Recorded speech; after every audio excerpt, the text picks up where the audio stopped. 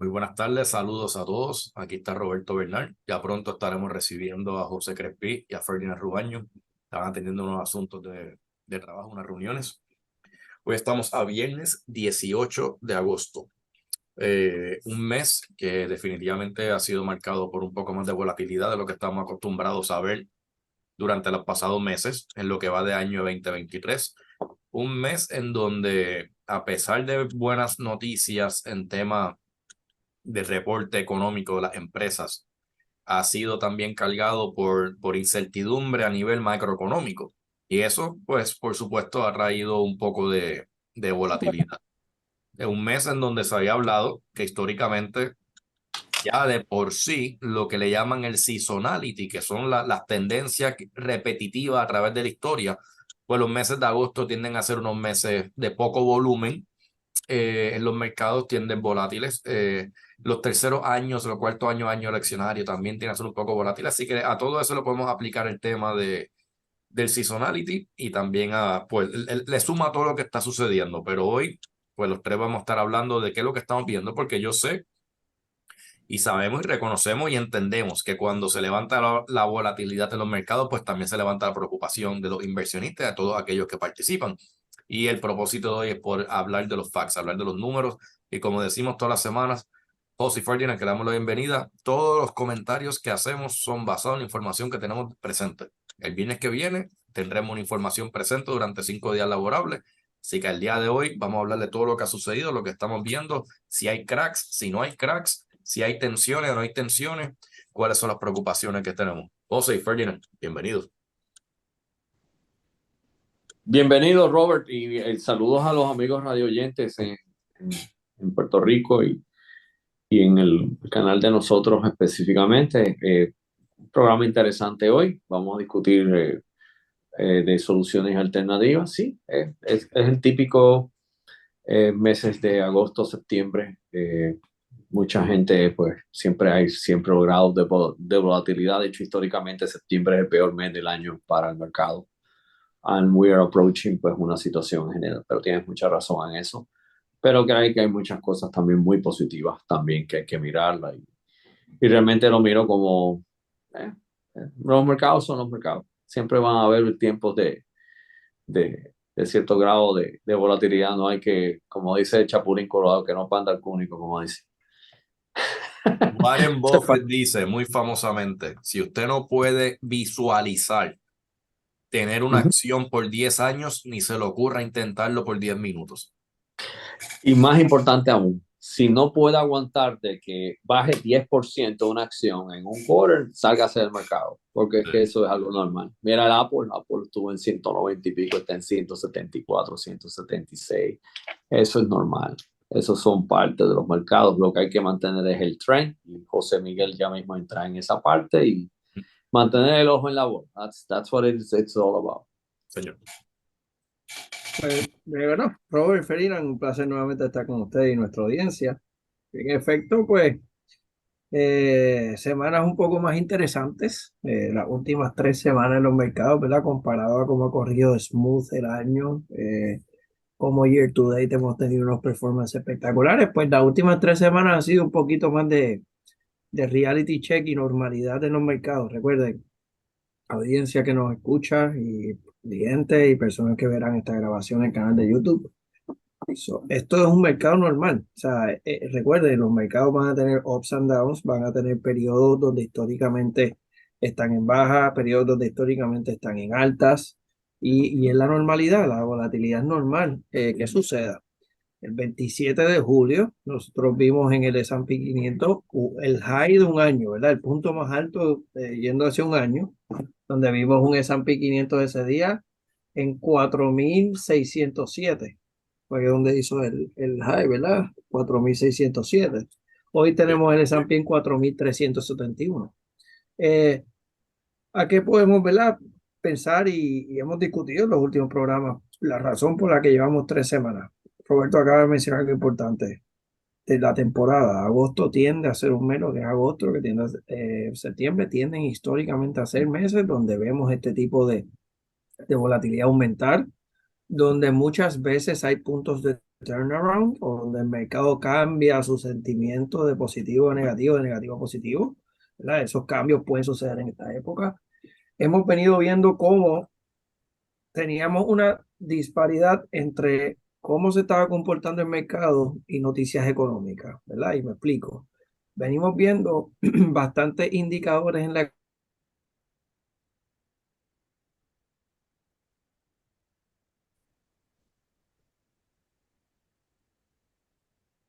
Bueno, yo creo que José se nos frizó la señal de José. Ya pronto regresará con los eh, comentarios que eh, está dando a nivel técnico. Ahí regreso. José, te interrumpiste por un segundo.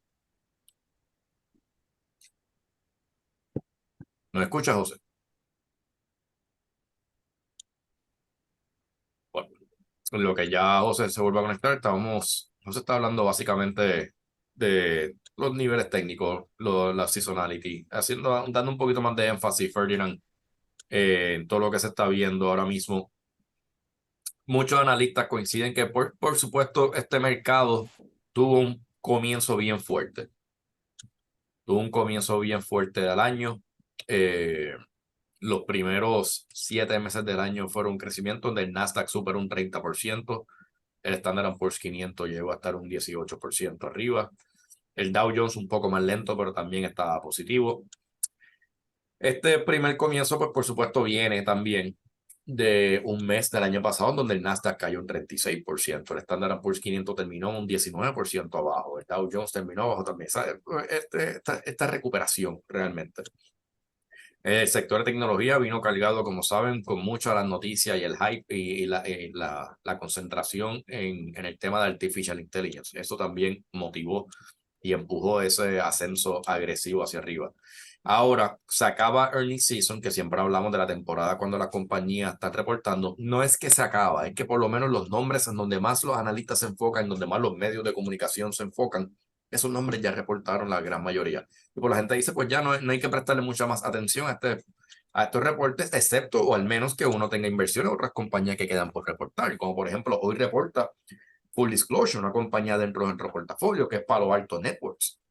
Palo Alto, si no me equivoco, es de la única o las pocas compañías que reportan hoy viernes en la tarde. Pero entonces se termina bien esta temporada en donde se culmina o se termina la gran importancia del season. Entonces nos enfocamos también en muchos temas económicos, muchos temas macroeconómicos. Vuelve a surgir la conversación de que si vendrá una pausa en septiembre, porque en agosto la Reserva Federal, o por lo menos el board de Federal Open Market Committee, no se reúne, así que será en septiembre, vendrá una pausa nuevamente o vendrá un hike. Están aquellos entonces que hacen referencia a que las minutas salieron, por las minutas son de julio, pero que salieron las minutas entonces y uno hace referencia de que si hay todavía presidentes de la reserva, los bancos de la reserva que quieren crecerla o volver a aumentar las tasas de intereses. O sea, en un periodo de tiempo también en donde las buenas noticias ya se echan a un lado, pues entonces hay que buscar también en dónde nos vamos a concentrar y la atención se va enfocando a eso. José, ya veo que regresaste, si Ya, quieres continuar la línea de se pensamiento. me, cosas que pasan, se fue el internet, así que gracias a Dios tengo el hotspot y me vino por el teléfono ahora, así que ya estoy de vuelta.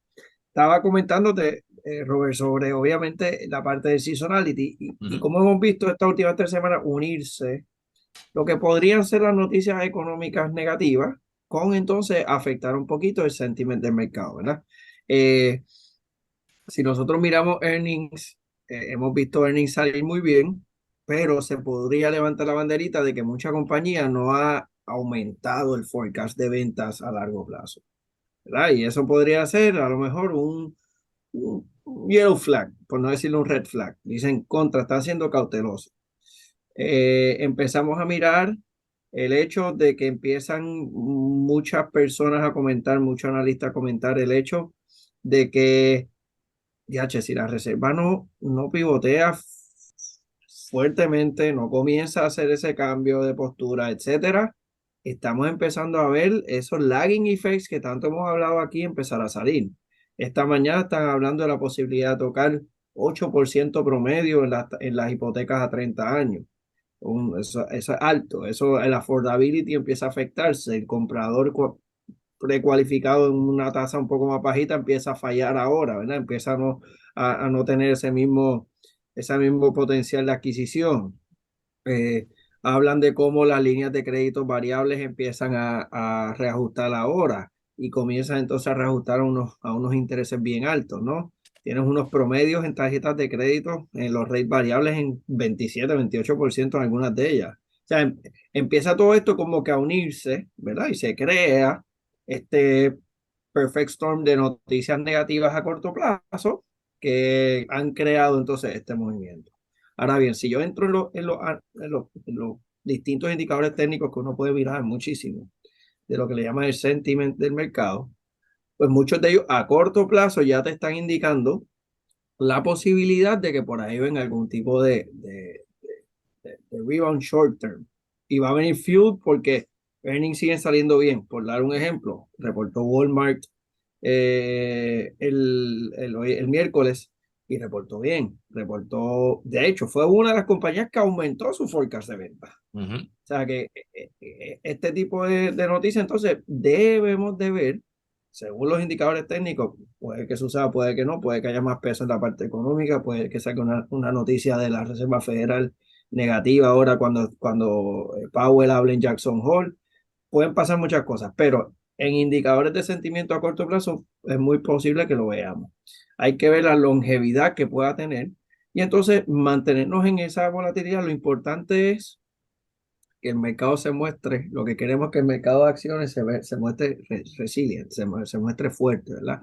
Se muestre en una postura donde, aunque sí económicamente tengamos ciertos reflex internos, la parte de deuda, la parte de crédito, como mencioné, pues que el mercado se vea fuerte, tenga su volatilidad que es normal, pero lo que queremos entonces es que en the long term veamos una muy buena oportunidad.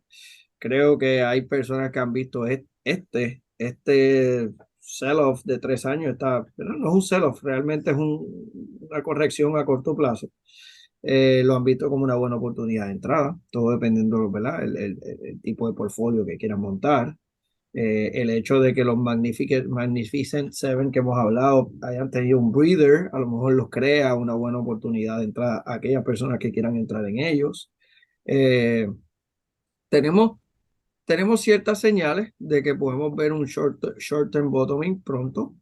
Lo importante es uno tener y nosotros prepararnos, yo como portfolio manager, prepararnos en que si no sucede, si no vemos ese short-term bottom y continuamos entonces un patrón descendiente, en donde nosotros queremos tirar esas defensas, en donde nosotros queremos empezar a hacer nuestros movimientos, etcétera, que ya Robert y yo lo hemos discutido. Y lo más importante es actuar y proteger profits en lo que hayamos generado este año hasta el momento. Nuevamente no lo veo por ahora, ¿verdad? Tal vez el viernes que viene volvemos y reenfatizamos en qué está sucediendo, pero por ahora no lo vemos. El mercado sigue siendo fuerte, earnings han salido bien. Y si miramos Fed Funds Futures, que siempre lo estoy mencionando en los últimos programas, tenemos alta probabilidad de que realmente la reserva no regrese, según los futuros de los Fed Funds Rate, a aumento de tasas. Hasta ahora la gran mayoría de los próximos meetings es dejarlo en donde estamos, ¿verdad? Ni para arriba ni para abajo. ¿Qué sucederá? Pues ya lo veremos. Las minutas de la reserva del Fed hicieron bastante ruido esta semana. Again, estas son minutas viejas, son de la reserva, de la reunión de julio. Hablan del sticky inflation, hablan de que todavía el labor market está sumamente fuerte. Tú me mencionaste algo importante, Roberto, me dijiste sí, pero desglósate la información de labor. Hay mucho nuevo empleo en gobierno, which is, it's not broad, tú sabes, y es algo que hay que tomar en cuenta. Nada, es un yin y yang ahora mismo el mercado. Sin embargo, ¿verdad? Y algo que le comenté a Robert y a Ferdinand. El indicador primario y el indicador más utilizado para pronosticar una recesión es la curva invertida, es la curva de las tasas de interés y el hecho de que esté invertido, ¿no? Cuando hay más riesgo de recesión, esa negatividad se expande, esa curva se expande, ¿verdad? Y entonces empezamos a ver los rates entre la nota de tesoro de 2 años versus la de 10 años, el tener un margen amplio de diferencia. Últimamente, ¿qué está sucediendo con esa curva? Se está la brecha se está cerrando en vez de abrirse. O sea que empezamos a tener entonces lo contrario en el mercado de bonos y en el mercado de crédito a lo que entenderíamos que sea la señal primordial de recesión, ¿verdad? Así que tenemos mucha información variable, mucha data variable. Es cuestión de mantener el ojo en la bola, como dice Felipe. Ahí llega un punto, Ferdinand, que hay que preguntarse, o sea, hasta cuándo, porque definitivamente hay unos cracks que son un poco alarmantes, definitivamente se ven. Hace tiempo estamos viendo el nivel de crédito en el consumidor lleva en aumento. Entonces uno se pregunta, uno pudiera decir o escucha y dice, ok, el consumidor sigue muy fuerte. No estoy hablando de bienes raíces, estoy en específico en el consumo digamos, consumer staples. Vamos, sí, ok, puede ser. Pero entonces los hábitos de consumo siguen siendo cargados por el crédito, porque entonces los balances de crédito están en un punto más alto de la historia, a nivel de household, a nivel de familia promedio en los Estados Unidos. Entonces, el porciento de las personas que están comenzando a retirar dinero de sus planes de retiro calificados, como sus 401k o sus IRA, también está aumentando, aunque lento, bajito, pero ya está aumentando. O sea, son señales, si no tiene un dashboard de frente, son alarmitas que van pitando. Y uno va sintiendo esos cracks como tal. Y pues ya estamos viendo entonces personas que los niveles de crédito están bien altos y hay personas que están comenzando a retirar de sus planes de retiro para cualquier necesidad que tengan económica. Estamos viendo que otro tipo de mercado muy específico, pero el mercado de autos sí tiene un mercado subprime. Y ese mercado subprime de vehículos también ya está viendo señales de cracks de igual manera. Ya estamos viendo que poco a poco está aumentando la morosidad en esos tipos de préstamos. En autos, especialmente personas que le daban un préstamo un 11% de interés o préstamos que son variables y comenzaban un 11, no quiero saber en cuánto están ahora mismo. Estamos viendo cracks ahí, aunque internamente la industria tiene su colateral y sus protecciones. Vimos lo mismo en el 2007, pero nada, son pequeñas señales que el overall la economía continúa fuerte, todavía la tasa de desempleo continúa muy baja, pero hemos viendo también, yo quiero darle la oportunidad al mes de septiembre, o sea, cuando salga la data de agosto, porque el mes de julio es lento overall en la economía. Vemos que la creación de empleo está disminuyendo, pero también vivimos todavía en una economía en donde la participación sigue siendo bien baja, Ferdinand. Si hay 4 millones de plazas disponibles, hay 4 millones de personas que no están participando igualmente en lo que es la fuerza laboral. Son cosas que uno coge un libro, digamos, de economía básico y se pone a leerlo y yo, caramba, eso, como si fuera el manual de un piloto, pues caramba, son señales que hay que estar pendientes. ¿Qué piensas de eso, Ferdinand? Bueno, en realidad te tengo que decir que el, la economía se mantiene todavía en una posición bastante fuerte. Si miran los números de consumo, productividad,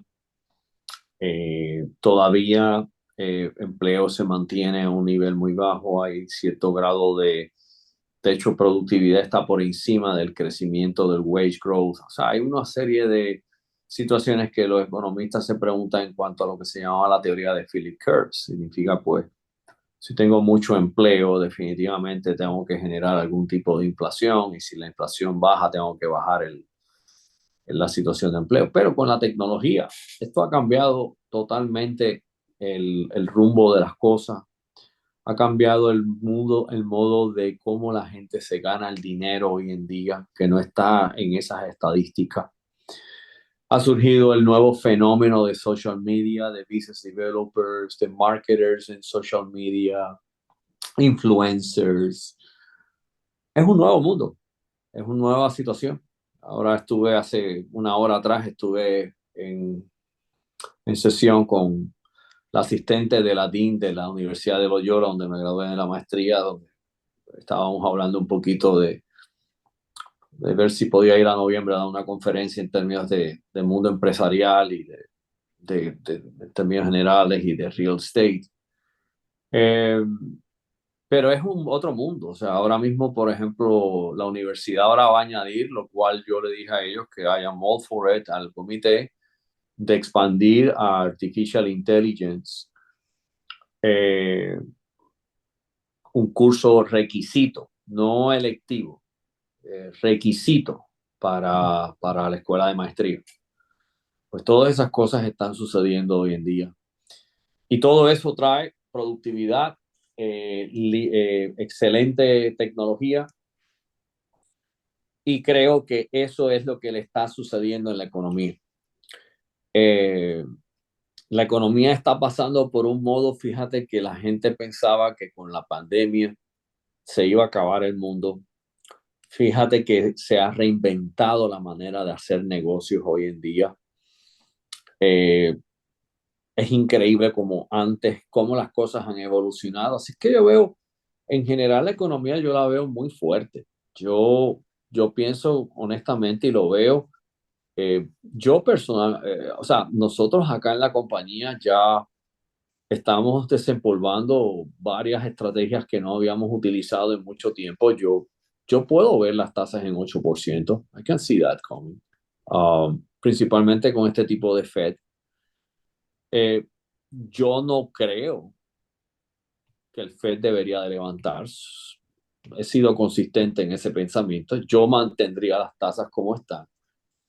Yo sí creo que hay unos leading indicators que, aunque la economía en este momento se mantiene muy saludable, estoy de acuerdo contigo, Robert, de que estoy viendo unos cracks en el sistema. And I'm preparing myself for that. O sea, de hecho, el base case escenario para nosotros este año es una recesión. ¿Ok? Y se lo he mencionado a los clientes. Pero eso no sucede. Ok, that's great. Pero por lo menos en mi mundo, la intensidad del trabajo que yo hago la estoy haciendo como si realmente tuviéramos una situación más difícil de la que ahora mismo está en la economía. Y yo creo que vamos a tener esos números eventualmente. Sí, me he sorprendido del resiliency de la economía, pero es por lo que tú hemos discutido en este programa, José Miguel, tú y yo, de que hemos tenido unos rolling recessions por sectores industriales. No ha sido uno donde realmente todo el mundo ha estado estancado. O sea, a lo mejor esto está estancado, pero entonces este sector económico está picking up, y que ha sido como unas sillas musicales, y por eso no hemos sentido ese efecto de una recesión verdadera. Yo sí creo que the time has come and it will come to the consumer. Yo creo que el consumer ya está llegando al bottom del fuel, del free money, del pandemic, ¿ok? De toda esta liquidez masiva. El Fed, tras talleres o tras bastidores, ha venido drenando el sistema. Y quiero que sepas que esto es como un self-fulfilling prophecy. Si el Fed sigue hablando de subir más tasas, adivina qué va a hacer los bancos hipotecarios. Van a anticipar esa alza porque nadie se va a quedar con papel. Acuérdense que las hipotecas se venden. Es como las hipotecas son las papas calientes del mundo financiero. Cógela tú, se la van pasando uno a otro. Definitivamente el que vaya a pasar ese batón no le va a vender un papel mojado donde realmente va a tener un papel en pérdida con un cupón no competitivo. Y por eso es que estás viendo esa escalada. Ya estamos en 7. Yo estoy pronosticando que vamos a llegar a 8. Y yo me estoy preparando para ese 8. Al punto de que nosotros vamos a posiblemente entrar con programas de financiamiento interno, no bancario, al punto de que estamos pensando, no, en vez de dar closing cost o gastos de cierre, estamos pensando en crear un programa híbrido, donde parte va a ser financiado y subsidiado para bajarle el pago en los primeros 2 o 3 años a ese comprador. So, things will happen. Things will happen. Pero vamos a ver qué sucede. El mercado en este momento está factorizando un soft landing, y realmente hasta que no se vea una evidencia detrimental, tenemos que pensarnos en ese escenario. Pero hay unos cracks, sorpresivamente, te tengo que decir que a la misma vez que te digo esto, me sorprende el hecho de que yo vendo más rápido una casa de 800,000 pesos que una casa de 490,000. That doesn't make any sense. Pero that's the reality. Ahora mismo tenemos una casa de 1.3 millones y hay 3 personas que ya me llamó a la Realtor hoy que están interesadas en comprar cash. ¿Dónde sale ese cash? No sé, pero we're happy. Hey, great, fantástico. Pero ¿hasta dónde vamos a llegar con ese tipo de circunstancias? Sí te tengo que decir que ya los precios están empezando a modularse, ¿ok? No es la situación que había anteriormente. A medida que vayamos pasando del 7, 7 y un cuarto y veamos el bono del tesoro de 10 años a 5, eso va a tener unos efectos en el mercado de equity también en términos de valuations. So, we will see en este momento. Pero mira, yo soy optimista.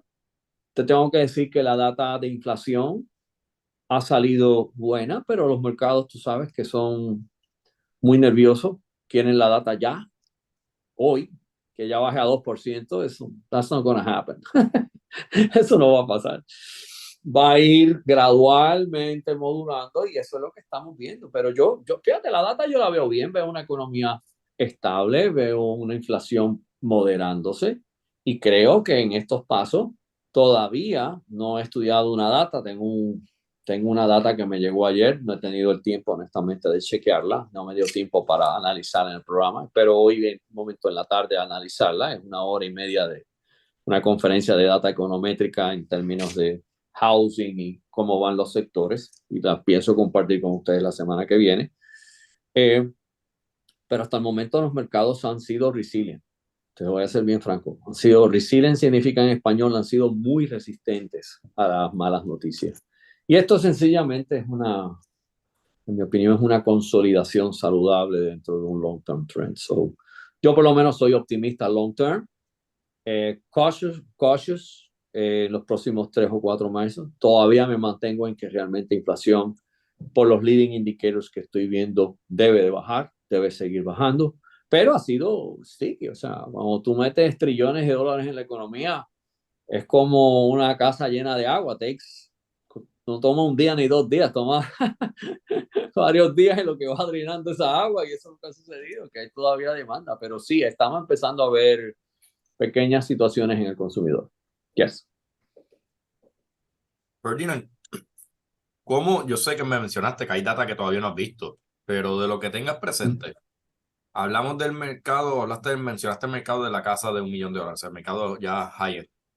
¿Qué has sabido sobre el mercado que califica todavía para Fannie Mae, FHA? Fatal, fatal. Ese mercado is struggling. Struggling. Pero ese es el mercado del average Joe de yeah. Puerto Rico. De Puerto Rico y los Estados Unidos también. Sí, no, estoy claro en eso. O sea, recuérdate que hay mercados diferentes. Ese mercado, para que lo sepas, Robert, es el peor mercado, es in the worst shape de los últimos 13 años, para que lo sepas. En este momento, el affordability es el más bajo de los últimos 13 años. Eso te lo puedo confirmar. Para aquellos jóvenes que nos escuchan, o sea, el precio de una casa promedio de los 70 hasta acá está 20 veces más alto que en los 70. Sin embargo, el ingreso promedio, que podemos categorizar que caería en ese grupo, solamente está 6 veces más alto que de los 70 hasta el día de hoy. O sea, hay un gap, hay un spread inverso, vamos a ponerlo de esa manera, en esto. Y ese mercado es el que uno tiene que ver frente. Pues entonces uno mira también la cantidad ¿cómo llaman? Generación Z, generación Y, millennials, etcétera, que no han podido comprar casa. Bueno, para que tengas una idea, y esto es data reciente, esta sí te puedo confirmar porque la analicé.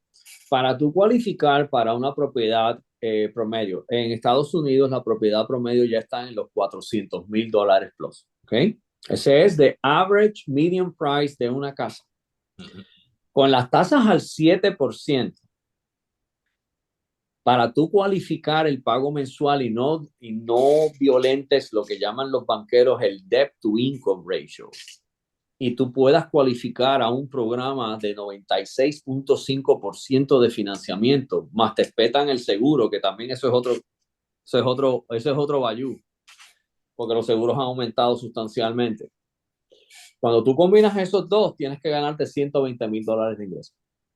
Asumiendo que esa es la única deuda que tienes, que no tienes carro, que no tienes Sí. préstamos estudiantiles, que no tienes ningún otro tipo de compromiso de crédito. El mínimo de ingreso para yo empezarte a hablar, yo como banquero y lender, tienes que ganarte $120,000 o más. Sí. If you want to. By the way, el down payment ahora es más alto si no te vas a el área de housing de FHA y sistemas de gobierno. Si te vas a non-conforming, estás hablando ya de 10% down payment. Significa que tienes que tener en la cuenta de ahorros entre 40 a 50 mil dólares para que te empiecen a mirar. Es un problema. It's tough. En ese mercado eso es un problema. Ese mercado, eso es una de las circunstancias que estamos viviendo hoy. Y entonces, para hacer la situación más complicada,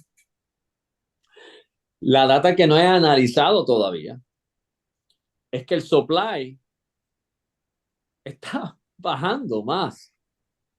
O sea, la demanda se mantiene alta, pero no puede afford it.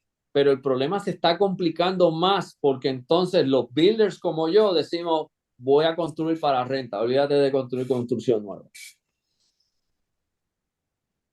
Sí. Entonces eso crea un efecto donde tienes un pent-up demand aquí. De ahí es que viene la teoría de que si esas tasas empiezan a bajar, lo que se va a crear es un super bull market en ese mercado, cuando eso suceda. Pero entonces también se ha complicado porque entonces muchos home builders con las líneas de crédito, Robert y José, que ya no es el interés de 3% o que las viabilidades de los cap rates eran basados en un mundo inflacionario de 1%, adivina qué, esas viabilidades se fueron to hell. Y hay mucho desfalco en commercial y eso crea por su consecuencia el hecho de que haya menos oferta y menos construcción. Y entonces eso crea pues prácticamente que muchos builders también se han visto afectados por los incrementos altos del costo de hacer una propiedad. No. Cuando le añades el aumento de seguro y le añades el aumento del costo de la línea comercial. Entonces, no construyen. Entonces tienes este pent-up demand hinchándose, es como el polvo de la alfombra, el polvo de la sirvienta vaga, que no barre, lo que hace es que lo mete debajo de la alfombra. Va a llegar un momento ya que no puede esconder la vagancia y va a haber el montón de tierra acumulado debajo de la alfombra. Así es que yo veo este mercado y este va a ser el más bravo sea y que aguante. Porque eventualmente it's going to be rewarded, very well rewarded. Yo creo que eso va de la mano y estoy buscando, lo que pasa es que se me está haciendo difícil encontrarlo, pero I'm gonna find it. Hizo noticia esta semana que Berkshire Hathaway invirtió en D.R. Horton, invirtió en Lennar, invirtió en 4 de los home builders más grandes de Estados Unidos. Yep. Y muchas personas lo pueden velar, eso de que está esperando que se disparen. Bueno, técnicamente sí, obviamente, no hace una inversión si piensa que hace una mala inversión. Ahora, cuando yo me pongo siempre pensando en el Devil's Advocate, me pongo a pensar, pues quizás esto es lo que está haciendo, ve la oportunidad, porque estos home builders como único pueden seguir building, es si reciben un capital que sea de equity y no de línea de crédito, porque en línea de crédito le está saliendo más costoso de lo que le va a costar la inversión de Berkshire Hathaway. Absolutamente, y también vas a ver que muchas de estas firmas se están financiando ellos para que no vayas al banco. Sí. Y ahí está la oportunidad. Y especialmente ahí está la oportunidad que tiene un conglomerado de compañías de seguro. Sí, no, las oportunidades están en el mercado. Lo que pasa es que el mercado ha cambiado. Sí. Y la gente se acostumbró a tener estos bidding wars y yo soy el que pongo el precio y tú si quieres cómprame. No, eso ha cambiado. Tienes que ser un poquito ya más flexible, ya no tienes esas ofertas grandes. El periodo de duración de una casa en mercado es más amplio. Sí. Así es que nada, números de absorción creo que ya empezaron a subir un poco sobre 3. So we're watching, we're seeing that. Quiero tirar algo positivo, porque no me gusta que todo sea negativo. A nadie le gusta. No Mira, estamos hablando de cosas negativas, no, claro, sencillamente claro. son, Pero ¿verdad? es que si yo tuviera 25 años, yo estaría aterrorizado ahora mismo. Pero, o sea, buscando una primera casa. Algo Pero positivo. mira, ¿tú sabes a qué interés mi padre compró la casa y qué hipotecas tuvo? Doble Papi dígito. tuvo que pagar 18% de hipoteca. Sí. Y el estándar era 6 y 7 y 8%. Lo que pasa es que ustedes han vivido un mundo un poquito diferente a lo que realmente en estándar ha sido. Solamente aclarando eso. Sí, sí, sí. Y a eso voy, por eso quiero tirar algo positivo al que nos escuchen, no se terroricen. Miren, gracias a Dios, al igual que es, como yo digo, los intereses tienen dos lados de la ecuación. El que los tiene que pagar, que se las está viendo complicadas, y el que los recibe. Entonces, una gran oportunidad. Gracias a Dios que el mercado ahora mismo está posicionado para que te pague por esperar. Aquel que se puede dar el lujo de esperar y tiene ya el down payment acumulado, pues tiene el beneficio que lo puede poner en instrumentos hasta en money market, high yield savings account. No tiene que estar a riesgo en el mercado. Y uno está generando, que pasó en esa época también, donde las hipotecas estaban 18, los CD estaban al 18 también. Hay Sí, instrumentos en donde uno puede ser compensado por ser paciente. Claro, tenemos el lado que aunque ya hay muy buenas señales, o están comenzando a haber buenas señales, tenemos el lado inflacionario en la renta. Es decir, la renta está más cara. Pero como una vez recuerdo que participamos en una reunión, le dije, sí, pero tienes el dinero a tu lado. Versus comprar una casa bien cara. O sea, el dinero lo tienes en el banco. O sea, ¿qué es mejor? Y por lo menos hay oportunidades en donde uno puede ser compensado por ser paciente, por esperarle una mejor oportunidad. Nos corremos el riesgo de que venga la ola de demandas y los intereses bajan, pero hay señales de que por lo menos la inflación en la renta está comenzando a ajustarse poco a poco favorablemente para aquel que renta. sí, Y eso sí. pues le pudiera dar cierto alivio también al mercado, pero definitivamente en Puerto Rico hay muy grandes oportunidades para la renta también, porque en Puerto Rico no hay mucha construcción nueva. En los últimos 4 o 5 años se vio varias construcciones, o sea, varios proyectos en desarrollo, pero aquí en Puerto Rico no se construyó nada por más de una década, nada, nada, nada. Y pero en renta hay oportunidades. Y eso nos trae Ferdinand, que íbamos a hablar sobre eso. Hay muchas oportunidades para invertir en Puerto Rico, al igual que en los Estados Unidos. Y el gobierno se ha enfocado en crear beneficios contributivos para aquel que quiere invertir en Puerto Rico. Muchos puertorriqueños están un poco resentidos de que foráneos tengan más beneficios contributivos que los locales. Y eso es totalmente entendible. Uno como residente de Puerto Rico, pues pudiera sentirse caramba.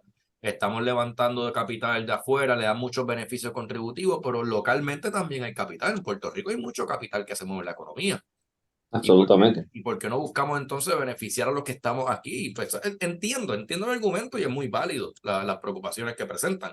Ahora, no estoy en contra de que eliminen los beneficios. Estoy a favor de que favorezcan también a los residentes y a los puertorriqueños. Son dos cosas distintas. No es que eliminemos los beneficios contributivos, es que simplemente vamos a hacer algo equitativo en ese aspecto. Pero hay leyes en donde nosotros aquí como grupo las utilizamos para beneficio de nuestros inversionistas también, aquellos que asesoramos, aquellos que orientamos. Hay leyes que benefician contributivamente a los inversionistas que invierten capital en Puerto Rico para Sí. fomentar el desarrollo económico de Puerto Rico. Leyes que existen desde el 2014 y apenas te diría que un por ciento muy bajo de la población local la conoce. Leyes en donde uno por invertir en Puerto Rico tiene beneficios que la ganancia de capital no sea tributable. Leyes en donde te ofrecen un beneficio contributivo en la planilla de uno. O sea, si uno hace una inversión en un vehículo admisible, en este tipo de un fondo admisible, pues entonces eso uno puede tomar una deducción de un por ciento de esa inversión. Un ejemplo básico. Aquello que se llaman Puerto Rico Focus o PEF, Puerto Rico Focus Funds, pues uno puede tomar un 60% de deducción de la inversión que uno haga. A Robichuela, aquel que nos escucha, si uno invierte $100,000 en uno de estos tipos de vehículos admisibles, uno pudiera restar $60,000 del ingreso bruto ajustado a la planilla. Que el ingreso bruto ajustado, pues el ingreso bruto, que es lo que cobramos, menos deducciones admisibles, que son que si aportaciones a plan de retiro, etcétera, etcétera. Pues ese neto ajustado, ese bruto ajustado, ahí entonces uno puede tomar una deducción que es mucho más efectiva que cuando la cojamos del neto sujeto a contribuciones. Y aquí me encantaría que para el próximo programa incluir al CPA José Ruiz. Lo voy a invitar, tan pronto terminemos, lo voy a invitar para que el CPA no se una a esta conversación la semana que viene. Porque hay mucho potencial para eso. Entonces el capital se queda en Puerto Rico, el capital es distribuido. Hay muchos fondos, cada cual tiene su objetivo, cada cual tiene su norte en cómo se va a utilizar ese tipo de inversión. Algunos que invierten en bienes raíces, otros se dedican, y miren qué bueno es esto, otros se dedican a ofrecer financiamiento para los pequeños y medianos negocios en Puerto Rico. Algo tan necesario, especialmente en un país donde tenemos 3 bancos principales. Hay muchas cooperativas, pero bancos grandes hay 3. O sea, es más, es mejor que haya más bancos. Y este tipo de fondos ofrecen eso. Y estas de bienes raíces se utilizan para desarrollar las bienes raíces en Puerto Rico. Sí, principalmente para proyectos de rehabilitación, mantiene liquidez en el sistema, ofrece liquidez también para financiamiento. Estos fondos de capital también ofrecen el hecho de que puedan crearse un autofinanciamiento en términos empresarial en el sistema, porque proveen liquidez al comercio aparte de la banca. Ese tipo de ley es uno de los fondos que realmente había mencionado al final del programa que ahora mismo, en el caso, tú y José Miguel han organizado una iniciativa en términos de crear el fondo, y sería bueno que hablaran en estos minutos realmente, y si no nos da tiempo, pues la semana que viene a expandir, pero prácticamente esto es lo que se llama el Acta 60, la ley 185, que mayormente permite a empresarios de crear alternativas de capital y de inversión, donde el inversionista se convierte en un partner limitado o socio limitado a la aportación de la inversión. Pero por esa aportación de la inversión, independientemente del sistema de planilla que llene, sea alternativa mínima o sea flat tax o la regular, esa deducción del 60% aplica contra el ingreso bruto ajustado en el encasillado de la planilla personal. Pero tiene unas ventajas enormes, tanto también en property tax, tiene una exención para real estate en Puerto Rico, que se compra real estate del 75% de exención del pago de property tax. Y eso es bueno para mantener el mundo inmobiliario, que es un mundo muy importante y es bueno, yo te diría que la inversión en Puerto Rico principal, en mi opinión, es el mundo inmobiliario, tanto comercial como residencial. Pero sería bueno que hablaran de ustedes nosotros lo hemos mencionado, sí, en el podcast, en lo que se llama el Juego Financiero Special Edition, pero sería bueno que comentaran en Arroz y Habichuela la idea, cómo ustedes como jóvenes empresarios en Puerto Rico vienen y desarrollan este tipo de ideas, cómo viene y surge la idea, aparte de las situaciones contributivas, está bien, pero es lo que yo estaba mencionando hoy en la conferencia con el Departamento de Business de Loyola, el hecho de la creación, el de fomentar la mente, porque me preguntan, ¿qué usted cree? ¿Cuál es su insumo para crear un currículum más robusto? Y dije que pensemos como empresarios y no como empleados. La señora dijo, wow, no había escuchado eso de los otros CEO, pero that makes a lot of sense. Y tenemos que hablar cursos de cómo aprender a vender. Si tú me dices a mí como empresario qué cosas vitales, y se lo he dicho a mi hija, qué cosas vitales tú tienes que tener, créelo o no, tienes que aprender a vender, tienes que aprender a desenvolverte, tienes que aprender a manejar, tienes que aprender a bregar con estrés, tienes que mantener productividad, tienes que pensarte en artificial intelligence eventualmente. Eso es empresa. Y Puerto Rico tiene que reenfocarse en ese mundo. Porque el mundo ha cambiado. Pero sería bueno que expresen ustedes, desde el punto de vista así empresarial, cómo crean la idea, cómo formaron el fondo, cómo entra y qué tipo de estructura están mirando. Pues Ferdinand, y voy a permitir que Robert también, ¿verdad?, abunde un poquito, pero quiero hablar del standpoint de portfolio management, la idea detrás de este fondo, la idea de cómo es una alternativa que llama la atención para diversificar portafolios. Aquí todo el mundo que nos sigue y nos escucha sabe que nosotros somos advocates y creemos en lo que es diversificación a la hora de montar un portafolio de inversiones y lo que es la combinación del mundo tradicional, las inversiones tradicionales e inversiones no tradicionales o alternativas, ¿verdad? Eso es algo que la persona que sigue este programa sabe que we believe in that. Cuando hablo de inversiones tradicionales, estamos hablando de acciones, bonos, cash, eh, el invertir en bolsa, etcétera. Cuando hablamos de inversiones no tradicionales alternativas, hablamos de el asset class que se llama a sí mismo Alternative Investments, que incluye muchas veces crédito privado, bienes raíces, collectibles, distintas inversiones que no son lo común, lo que vemos en los portafolios comunes, ¿verdad? Y la combinación de ambas. La idea con la creación de este nuevo fondo bajo esa ley y ese proyecto de ley que le ofrece un beneficio contributivo a los inversionistas era crearlo dentro del mundo alternativo, era crearlo como un alternative investment y un complemento a los portafolios tradicionales que tengan las personas. A su vez, se está ofreciendo la ayuda contributiva, plus estamos diversificando en el mundo de inversiones alternativas, que ha sido un tema caliente por los pasados años ya, ¿no? Y cada vez suena más. En caso del fondo que nosotros hemos creado, estratégico, ¿verdad? Y estratégico y para ingresos, porque en el mundo alternativo uno puede ser estratégico y uno puede generar ingresos. Nos hemos concentrado en los alternative asset classes de crédito privado y bienes raíces. Esos dos componen ese fondo en unos pesos específicos, una allocation específicos que nosotros, ¿verdad? A través del tiempo hemos venido desarrollando. Y la idea de esto, pues realmente, como bien menciona, mucha gente lo va a ver, wow, te está ofreciendo un 60% de acceso a un 60% de deducción de lo que aporte en el fondo. Eso está espectacular y mucha gente lo va a utilizar como un tax planning strategy, ¿verdad? Pero vamos más allá, vamos a crear, a llevarle a portafolios tradicionales un poco más de estabilidad, un poco más de ingresos, el hecho de no depender de una sola canasta, el hecho de no depender de un solo asset class, esa es la idea detrás de esto, el hecho de darle acceso, esto es bien importante para la gente que nos escucha en Puerto Rico, darle acceso a manejadores de capital en el mundo, especialmente de crédito privado, que manejan millones y billones de assets con B de bueno, que simplemente a lo mejor la persona no puede ir a la puerta de esa compañía y decir, pues mira, yo quiero invertir contigo y aquí tengo X cantidad de dinero porque o no llega a los mínimos o no cualifica para invertir en esa compañía directo, pues mira, esto es un facilitador, este fondo también es un facilitador de entrar con ese tipo de nombre y de renombre importante.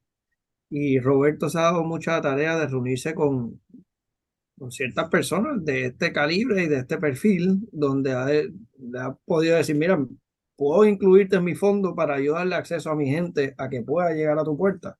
Y de eso también se trata, ¿no? Yo creo que esa combinación de bienes raíces y crédito privado que va a ofrecer este fondo, aparte de otras estrategias que también le podemos implementar, pero esas dos siendo las principales, repito, le va a crear estabilidad e ingreso y potencial de crecimiento a los portafolios que tiene nuestra gente.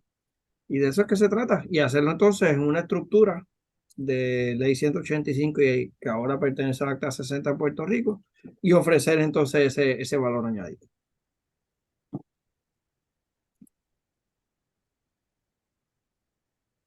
Lo que buscamos ofrecer a los clientes básicamente era una alternativa de diversificación un poco más allá de lo tradicional.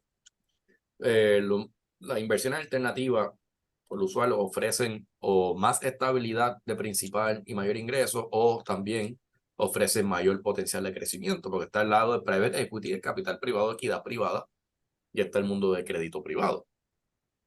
Bienes raíces es una de las alternativas que uno pudiera participar de ambas maneras, crédito privado en bienes raíces o equidad privada en bienes raíces, pero nosotros lo que quisimos es, como manejadores al fin, es crear una diversificación que sea robusta, que le pueda brindar al inversionista mucho más acceso a otros manejadores. Y nos vimos la tarea entonces en buscar quiénes son los mejores manejadores en su categoría. ¿Quiénes son los mejores? ¿Quiénes han tenido el mejor track record? ¿Quiénes han logrado tener mucho éxito? quiénes tienen un proceso de manejo de riesgo sólido, porque eso es una cosa muy importante nosotros por la responsabilidad fiduciaria que tenemos ante esto también. O sea, quienes ya tienen un proven track record y quién maneja sus procesos de riesgo de la mejor manera. Y entonces lo que hicimos es creamos una alternativa donde los podemos unir todos y dentro de una sola plataforma como la nuestra, nuestro fondo de Strategic Income and Growth Fund, pues le brindamos acceso entonces internamente a ese tipo de capital. Logramos una mayor diversificación. En otras palabras, estamos creando un fondo de fondos. Algo muy atractivo para esto es lo siguiente. No todo el mundo puede invertir en este tipo de inversión. Pero por eso siempre se recomienda que se sienten con su investment advisor, con su asesor financiero y realmente analicen. Pero no todo el mundo califica para esto. Uno por definición tiene que ser un accredited investor, un inversionista acreditado. Que hay unos parámetros. Tenemos que generar más de $200,000 de ingresos si pagamos planilla solos, si somos en familia o juntos como casados, pues son 300, etc. O sea, hay que tener más de $1 millón en activos, excluyendo la primera hogar. Hay un listado de cosas que hay que cumplir. Si el fondo cobra performance fee, pues entonces ya no somos accredited investor, hay que ser qualified investor, pero eso es otra cosa. Vamos. Cada tipo de estos fondos, la gran mayoría de ellos, por su modelo que tienen, el mínimo de inversión es bien grande. Quiere decir que si tenemos un cliente nosotros y quisiéramos imitar esa diversificación que estamos creando por individual, el capital que se requiere para lograr eso, pues entonces sería en algunos casos quizás inalcanzable o no sería posible de alcanzar con lo que tenemos presente y disponible. Sin embargo, a través del fondo nosotros pues logramos eso. Logramos entonces una estructura en donde ese mínimo se va eliminando porque obviamente el fondo por sí se convierte en un solo inversionista en estos distintos manejadores y el inversionista es un inversionista de este fondo. Así que uno puede tener mejor apalancamiento en las negociaciones y todo. Y en fin, todo el mundo se favorece en esto. Los fondos de abajo se favorecen por el levantamiento de capital, nosotros por la herramienta que le estamos proveyendo a los clientes y el cliente por la diversificación que ofrece, la estabilidad y consistencia que tiene, el acceso a otro capital que tiene presente también. Y, por supuesto, las deducciones contributivas, que eso es, como dicen, el frosty encima del bizcocho. En fin, es una fórmula de éxito en donde es otro diferenciador de nosotros. Que siempre estamos buscando la manera de coger algo que pudiera ser tan complejo para muchos, que es el tema de las inversiones, el tema del manejo de capital, y simplificárselo a nuestros clientes. Que siempre yo digo, si me dicen, ¿en qué ustedes se especializan? Pues nosotros nos dedicamos a coger estrategias que por lo usual son estrategias muy complejas, accesible a muy poco, como dicen, a un grupo selecto de inversiones institucionales o acreditados, y buscar la manera entonces de simplificárselo para nuestros clientes que puedan entonces lograr ese mismo objetivo y puedan alcanzar eso. Y fuera de eso, buscamos que el fondo, en la auditoría del fondo, buscamos que el fondo sea accesible a través de las plataformas de inversión, los broker dealers. Así que también la tangibilidad que uno pudiera ver de esa inversión la podemos seguir en monitoreo, el reporte, todo. Siempre pensamos del lado del cliente y eso entonces nos buscamos, ok, vamos a ponernos los zapatos del cliente y ya que estamos estos zapatos, vamos a visualizar cómo sería algo así posible y ahí comenzamos como si fuera ingeniería a la inversa. Y todo, Robert, todo hecho en una envoltura donde estamos cumpliendo con Puerto Rico, en este caso, un fondo puertorriqueño considerado, ¿verdad? Un Puerto Rico Asset registrado en Puerto Rico.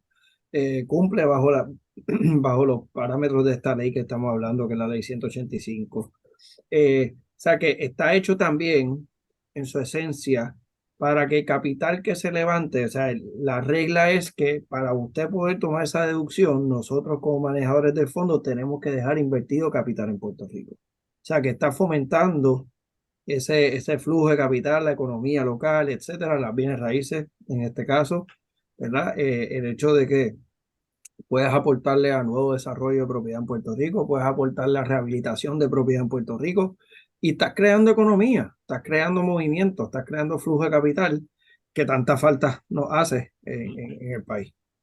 Bueno, adicional, recuérdense que como parte de la ley, los contables tienen que ser de puertorriqueños, los abogados tienen que ser puertorriqueños, los realtors tienen que ser puertorriqueños, los banqueros tienen que ser puertorriqueños, O sea, que tiene un efecto multiplicador indirecto dentro de la economía, porque sencillamente las personas políticas son abogados, no son economistas, no saben del número, solamente se fijan en el número de que le estoy dando esta ventaja a esta gente. Sí, sí, pero vamos al meollo. El dinero empieza a correr, empieza a generar, eso se le llamaba el efecto indirecto y directo de una ley. Fíjate que en Estados Unidos, cuando Obama crea el EB-5, sí, están comprando la visa y la ciudadanía americana, sí, pero es a cambio de que había que tener un estudio de viabilidad económica de cuántos empleos se iban a generar por esa inversión y ponían el capital del individuo a riesgo. Aquí no está a ese nivel, pero está generando la misma filosofía, la misma base de la economía, que es la velocidad de dinero y el efecto multiplicador de una reforma o de una ley. Y ahí es que tú miras realmente la situación. Pero, tú sabes, es difícil explicarlo porque recuérdense que mucha de la gente juega para la grada. Es mucho más fácil criticar una ley porque, pues, esto es lo que pues, puede darme una cantidad de votos. Pero vamos al nitty gritty. Let's go to the facts. La 936, cuando se eliminó la 936, ¿Puerto Rico está mejor o está peor cuando salió? La contestación no la tengo que decir. Pero es las mentes pequeñas y las mentes mal informadas o que no conocen de economía que tienen a tener estas decisiones políticas. Y si no, pregúntale a Argentina. Devaluación de 350 el peso. Cuando yo fui a mi aniversario de 10 años de casarme en el 2005 con mi esposa, estaba a 35. So, ahí dejo esa idea Bueno, dentro del proceso. si alguien nos escuchó, le interesa, ¿verdad? Como mencionó Roberto, es bien importante evaluar porque no todo el mundo cualifica, ¿verdad? Tiene unas reglas bastante específicas en términos de usted ser un accredited investor, etcétera. Pero nuestro trabajo es evaluar que usted sea un accredited investor, corroborarlo y poner entonces accesibilidad a este tipo de estructura y este tipo de estrategia, aparte de todas las demás que hemos hablado y hacemos.